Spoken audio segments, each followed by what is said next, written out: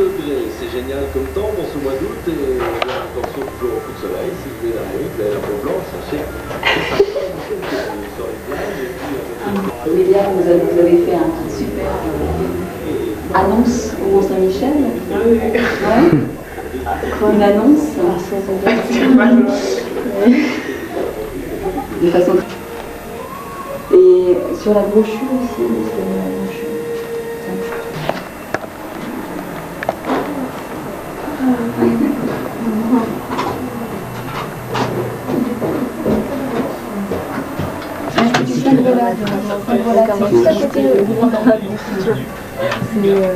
en fait, c'est pris par des Anglais.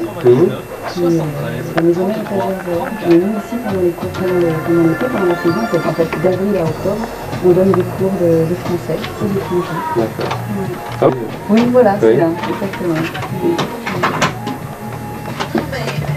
Bonjour. Si vous voulez venir par là, je vous...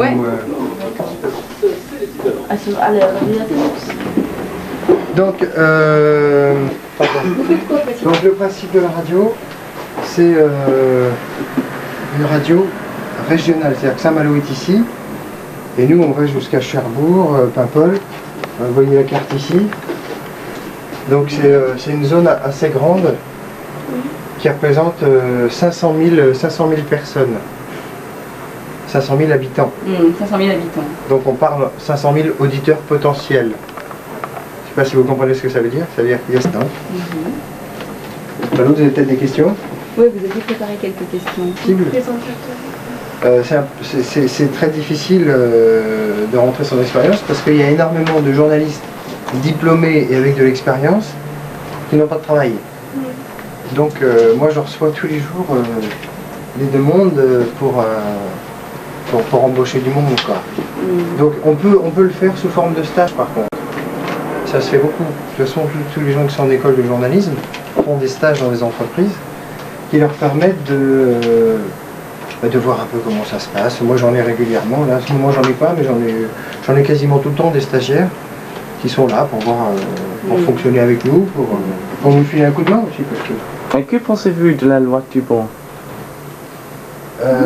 De la loi Toubon? Oui. Laquelle loi Toubon? Parce que des lois Toubon... il était contre les chansons anglaises. Ah, les 40%, oui. Les 40% de programmation française. Oui, exactement, le règlement. Le règlement. Bon, moi j'en pense pas grand-chose, parce que de toute façon c'est une loi, c'est un effet, ce qu'on appelle un effet d'annonce, oui. Pour faire bien, parce que personne ne le respecte et ils n'ont rien fait pour que les gens le respectent, première chose. Deuxième chose, il y a beaucoup de radios qui n'ont pas attendu la loi Toubon pour faire que du français ou un minimum de 40% français. Et aujourd'hui on n'en parle plus de la loi Toubon parce que ça a fait bien au moment où c'est sorti. Nous, vu de l'intérieur, c'était un argument électoral. Et est-ce que vous pensez que les Français préfèrent les chansons américaines ou les chansons françaises? Ça dépend des tranches d'âge. Oui. Ça dépend. Les jeunes sont plus portés sur les chansons anglophones. Même si il y a un retour en ce moment, notamment sur le folklore breton, des choses comme ça, Treyane, des choses comme ça, il y a pas mal de gens intéressés là-dessus. Les générations plus âgées sont plus intéressées par les chansons francophones. C'est très très varié.